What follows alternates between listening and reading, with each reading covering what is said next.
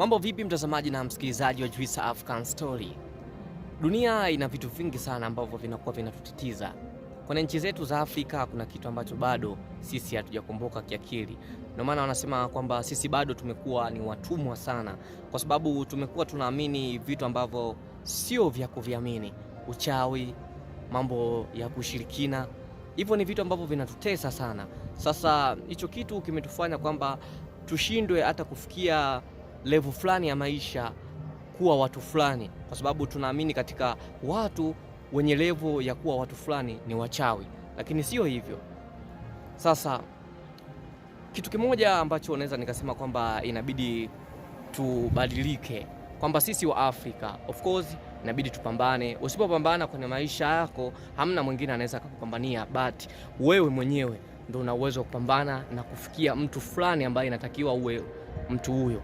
Kwenye maisha haya tumeshaamini kwamba mtu fulani tu akifanikiwa, labda ndugu yake akafa baada ya muda mfupi baada ya yeye kufanikiwa, tunaamini katika uchawi. Kwa nini? Kwamba mtu aweze akapambana na akafanikiwa akawa na maisha? Ni kitu ambacho kinawezekana pia, kwamba mtu akapambana akawa na maisha, kwa sababu kila ukoo kuna watu ambao wanaumwa.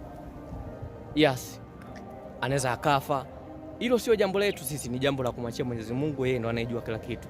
Sasa kwa nini sisi tumekuwa ni watu ambao tuna imani potofu kwenye masuala ya kifedha, masuala yayo ya imani potofu?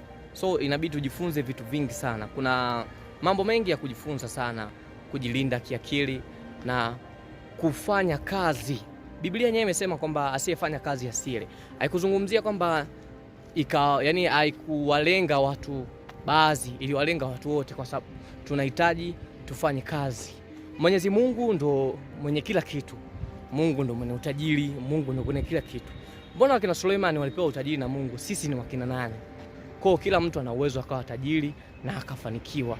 Tusiamini katika mambo ambayo yanakuwa yanatudhoofisha, hasa nchi zetu za Afrika. But kama una maoni yako unaweza kutoa kwenye comment hapo ili tuweze kushare zaidi.